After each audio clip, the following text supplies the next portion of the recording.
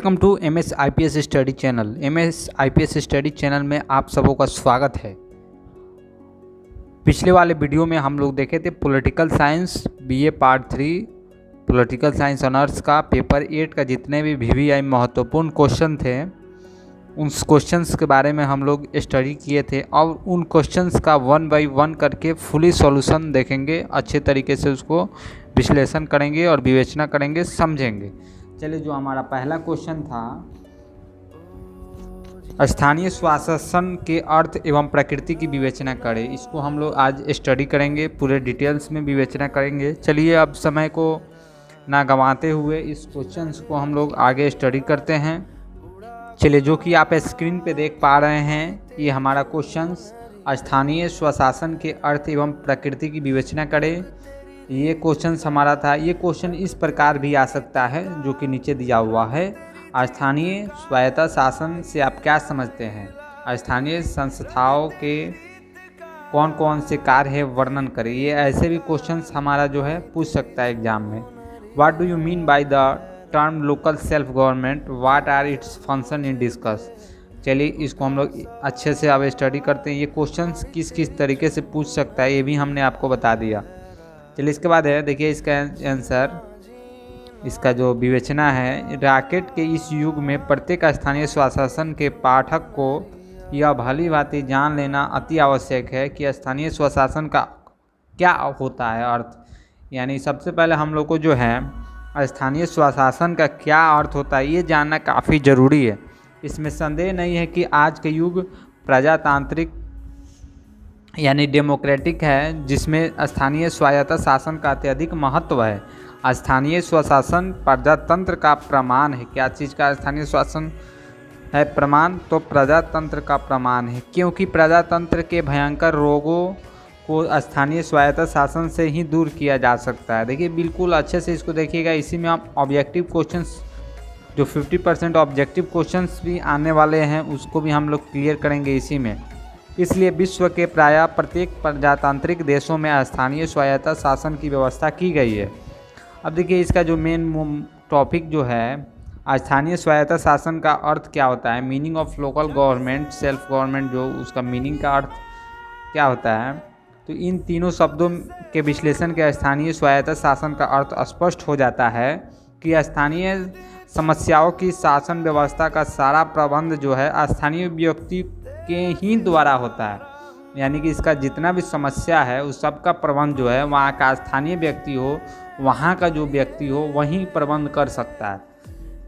यह स्थानीय स्वायत्त शासन का साधारण अर्थ हुआ, लेकिन इतने से ही बात समाप्त नहीं होती है। यहाँ पर राजनीति शास्त्र के विद्वानों जो हैं, यानी पॉलिटिकल साइंस के जो विद्वान हैं, इनकी परिभाषाओं का उल्लेख करना आवश्यक है। उनके भी बारे में हम लोग को जानना है, उनकी क्या परिभाषा है, उनको भी स्टडी करना है। इस संबंध में GDH कोले ने उक्ति की है, मतलब ये बात बताई है कि स्थानीय स्वायत्त शासन अपनी निश्चित सीमा क्षेत्र के भीतर कार्यरत रहता है और वह अपनी कार्यशीलता के केवल दिए गए अधिकारों का ही प्रयोग करता है। ठीक है, क्या करता है? तो जो हमारे विद्वान हैं GDH कोले, ये उक्ति का स्थानीय स्वायत्त शासन अपनी निश्चित सीमा क्षेत्र के भीतर कार्यरत है और वह अपनी कार्यशीलता में केवल दिए गए अधिकारों का ही प्रयोग कर सकता है।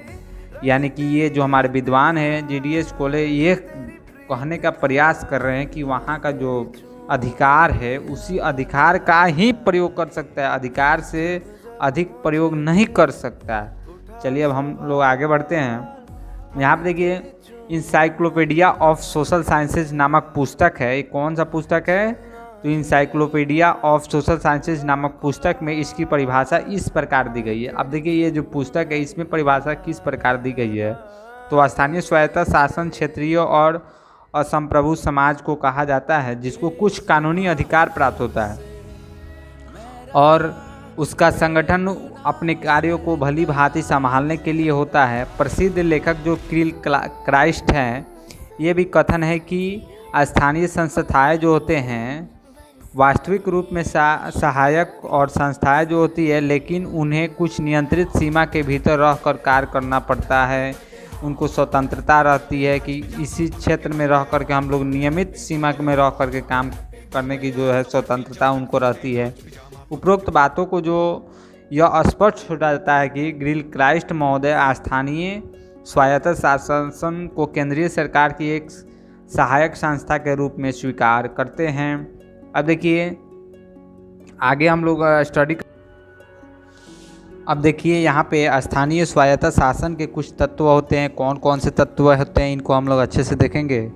उपरोक्त तीनों परिभाषाओं का शाब्दिक रूप से विश्लेषण करने से यह स्पष्ट हो जाता है, यानी ऊपर वाला जो परिभाषा हम लोग अभी पढ़े हैं उसको अगर हम विश्लेषण करते हैं तो यह स्पष्ट हो जाता है कि स्थानीय स्वायत्त शासन के कई तत्व होते हैं। राजनीतिक शास्त्र के विद्वानों के मतानुसार स्थानीय स्वायत्त के निम्नलिखित 8 तत्व हैं। जो हमारे पॉलिटिकल साइंस के यानी राजनीतिक शास्त्र के विद्वान हैं उनके कहे अनुसार स्थानीय स्वायत्त के निम्नलिखित 8 तत्व हैं।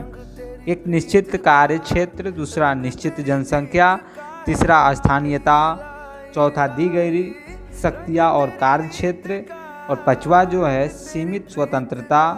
अब स्थानीय जनता के द्वारा शासन का संचालन। इसके बाद है स्थानीय समूह के प्रति उत्तरदायी शासन प्रबंध, और जो लास्ट हमारा है 8वां स्थानीय समस्याओं से संबंधित कार्य इत्यादि।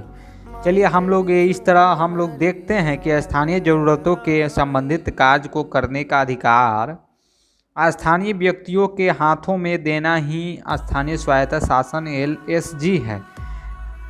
गिलक्राइस्ट के शब्दों में स्थानीय स्वायत्त शासन की परिभाषा नहीं की जा सकती है और उसका केवल वर्णन ही किया जा सकता है, क्योंकि वह कसौटी पर खरा नहीं उतरता है। उसके लिए परिभाषाओं की सीमा भी होनी चाहिए जो स्थानीय स्वायत्त शासन में नहीं है। अतः स्थानीय और केंद्रीय स्वायत्त शासन में स्पष्ट रूप से कोई क्षेत्र विभाजन नहीं किया जा सकता है। इसके बाद है लेकिन स्थानीय स्वायत्त शासन की परिभाषा यह है कि स्थानीय स्वायत्त शासन से मतलब उन ग्राम पंचायतों, निगमों, जिला परिषदों और नगर पालिका से है जिनका प्रमुख कार्य उन जरूरत को पूरा करना और ऐसे कर्तव्यों को करने से होता है जिनका संबंध खासकर स्थानीय क्षेत्र के नागरिकों से होता है। फिर इसका संबंध संपूर्ण सामाजिक जीवन से नहीं होता। पुनः ऐसा कहा जा सकता है कि स्थानीय स्वायत्त शासन के कार्य का स्वरूप राष्ट्रीय न होकर स्थानीय होता है। भारतीय स्थानीय स्वशासन की परिभाषा देते हुए डॉक्टर GS बादे का यह कथन है कि यानी डॉक्टर GS बादे जो ये बात कहे हैं, भारत में भी स्थानीय स्वशासन है। यहाँ स्थानीय स्वशासन का अभिप्राय स्थानीय लोगों की प्रतिनिधि सरकार से है जिसका प्रकृति कम या ज़्यादा स्वतंत्र होती है, जिसके चलिए आगे हम लोग थोड़ा सा स्क्रीन स्लाइड कर लें, जिसकी स्थापना ग्राम के निवासियों में गांव, घर, जिला, प्रखंड तथा शहरी क्षेत्रों में भी अर्थात नगर या शहर के केंद्रीय तथा राज्य की सेवाओं में एकदम भिन्न स्थानीय लोगों के प्रशासन हेतु राज्य में कानून के भीतर की जाती है। इसके बाद जो है हमारा स्थानीय संस्थाओं के कार्य, फंक्शन ऑफ लोकल इंस्टीट्यूशंस। भारतीय स्थानीय संस्थाओं को भारतीय स्थानीय स्वशासन के महत्वपूर्ण स्थान प्राप्त है क्योंकि सभी स्थानीय संस्थाएं सरकार का अंग होती है। इसलिए सरकार जितने तरह का सरकार जो है कार्य का संपादन करती है उनमें से कुछ कार्य को स्थानीय संस्थाओं को भी करना पड़ता है। यह ठीक है कि स्थानीय संस्थाएं अपनी इच्छा से कोई भी काम नहीं कर सकती, लेकिन सरकार की आज्ञा के अनुसार इनको सभी कार्य करने की छूट है। अपने कार्य संपादन की दिशा में स्थानीय संस्थाओं को यह ध्यान रखना पड़ता है कि वह ऐसा कोई कार्य नहीं करे जो सरकार के विरुद्ध हो, यानी जो स्थानीय लोकल संस्था है उसको बिल्कुल यह ध्यान देना पड़ता है कि ऐसा कोई कार्य न करे जो सरकार के विरुद्ध हो, सरकार के खिलाफ हो। ऐसे तो कोनो सरकार के खिलाफ बोलेगा तो सरकार तो ओकरा के छोड़ेगा नहीं। व्यक्ति राज्य में निवास करता है, अतः हम ऐसा कह सकते हैं कि व्यक्ति जो है राज्य की विषय वस्तु है, इसलिए वह जो भी कार्य करता है राज्य का ही कार्य करता है। यह ठीक है कि आजकल सरकार आबादी को नियंत्रित करने हेतु परिवार नियोजन अभियान चला रही है। हमारे दो यही नियोजन प्रक्रिया चल रही है।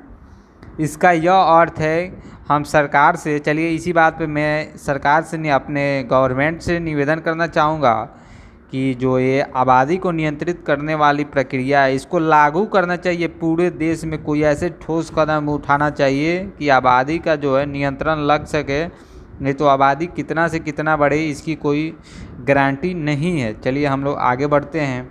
इसका अर्थ नहीं है कि सरकार व्यक्ति का विरोध कर रही है। राज्य तथा राज्य के अंतर्गत स्थानीय संस्थाएं जो व्यक्ति इस पृथ्वी पर जन्म लेते ही हैं उसकी सेवा में लग जाती है। कहने का मेरा अर्थ यह है कि जैसे ही व्यक्ति पृथ्वी पर जन्म लेता है वैसे ही राज्य का उत्तरदायित्व बढ़ जाता है। उस व्यक्ति के सर्वांगीण विकास के लिए राज्य को सभी प्रकार की सुविधाएं जुटाना पड़ता है।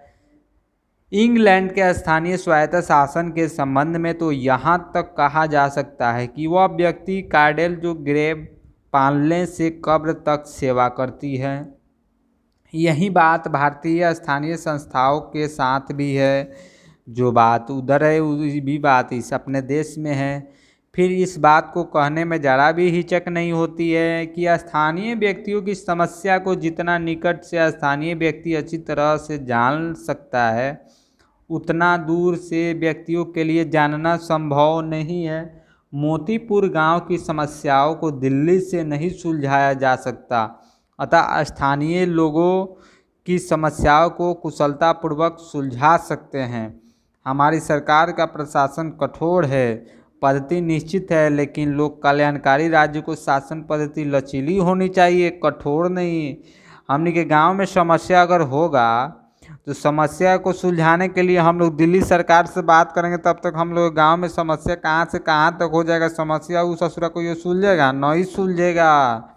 कहने का मतलब है कि जो हमारा मोतीपुर गांव का समस्या है इसको दिल्ली से सुलझाने में बहुत दिक्कत है, लेकिन स्थानीय जो लोग हैं इस समस्या को अगर चाहेंगे तो तुरंत सॉल्व कर सकते हैं, सरकार के भरोसे नहीं। चलिए हम लोग अब आगे बढ़ते हैं। अब देखिए स्थानीय विषयों में प्रशासन का भार स्थानीय संस्थाओं लोकल इंस्टीट्यूशन को देती है, जिसके फलस्वरूप स्थानीय संस्थाओं का कार्य बढ़ जाता है। प्रत्येक देश की स्थानीय संस्थाओं को दो तरह के कार्य दिए जाते हैं, पहला अनिवार्य तथा दूसरा वैकल्पिक। जो पहला आपको भी मैं सभी छात्रों को बताना चाहूँगा, जो एग्ज़ाम अभी तुरंत आप लोगों का होने वाला है।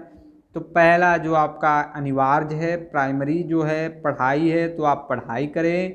दूसरा आपका जो वर्क है सेकेंडरी है, वैकल्पिक है, तो अपना दूसरा वैकल्पिक काम बाद में, पहले पढ़ाई करें अच्छे से, आप अच्छा से अच्छा नंबर लाएं, तब जा कर के MS IPS स्टडी आप सबों को हार्दिक शुभकामनाएं देगी। पहले ही मैं हार्दिक शुभकामनाएं दे देता हूं, क्योंकि MS IPS स्टडी हमेशा के लिए तत्पर है अपने छात्रों के लिए। जो छात्र को कोई भी दिक्कत होती है हमारे कमेंट बॉक्स में कमेंट करें, हम आपको समस्या को तुरंत सुलझाएंगे और तुरंत आपको रिप्लाई देंगे, इसमें कोई दिक्कत नहीं है। बट आपका जो प्राइमरी वर्क है पहले सेल्फ स्टडी पढ़ाई करें। चलिए इसी पे अब हम लोग अपने सेशन पे, अपने बुक पे, अपने नोट्स पे, अपने जो क्वेश्चन है इम्पोर्टेंट उस पे आते हैं। अब देखिए दूसरा वैकल्पिक, हमारे यहाँ स्थानीय संस्थाओं को अनिवार्य कार्य को करना चाहिए, क्योंकि उनको नहीं करने से अनेक तरह की हानियों की संभावना हो जाती है। फिर स्थानीय संस्थाओं को अनिवार्य कार्य को नहीं करने पर सरकार उन पर दबाव भी डाल सकती है, इतना ही नहीं उन्हें बाध्य भी कर सकती है। स्थानीय संस्थाएं अपने वैकल्पिक कार्य को राज्य सरकार की आज्ञा से संपादित करती है। सारे देश की प्रायः सभी स्थानीय संस्थाओं के कार्य एक ही तरह के हैं, लेकिन इसके बावजूद भी क्षेत्र और परिस्थितियों की आवश्यकता के अनुसार कहीं कहीं इनमें परिवर्तन कर दिए जाते हैं। निम्नलिखित स्थानीय संस्थाओं जैसे नगर निगम हो गया, नगर पालिका हो गया, जिला बोर्ड हो गया, ग्राम पंचायत हो गया, इसका कार्य का वर्णन हम लोग आगे करेंगे। बस हम लोग इतना ही, जो हमारा महत्वपूर्ण क्वेश्चन था, इतना अगर आप लोग याद कर लेते हैं, इतना आप लोग अगर रिमेंबर कर लेते हैं, तो आप लोगों का जो है अच्छा से अच्छा नंबर आप लोग एग्जामिनेशन में ला सकते हैं। तो आप घर पे पढ़ाई करें, क्योंकि ये फाइनल एग्ज़ाम है आप लोगों का, ऑनर्स सब्जेक्ट है। अच्छे से मेहनत करें, अच्छे से स्टडी करें, और फिर हम लोग मिलते हैं अगले क्वेश्चंस VVI जो टॉपिक्स है उस पर मिलते हैं। MS IPS स्टडी आप सभी छात्रों के लिए 24 आवर 24 आवर तत्पर है। कोई भी क्वेश्चन आपके मन में उठता है तुरंत कमेंट करें, तुरंत आपको रिप्लाई दिया जाएगा। Thank you. MS IPS study में आपका स्वागत है। और एक चीज़ मैं बताना तो भूल ही गया, आपको बताना क्या है, आप लोग तो बहुत समझदार हैं। सबसे पहले हमारे चैनल को सब्सक्राइब करें, लाइक करें और ज़्यादा से ज़्यादा शेयर करें, अपने दोस्तों के साथ भी शेयर करें। चलिए, धन्यवाद।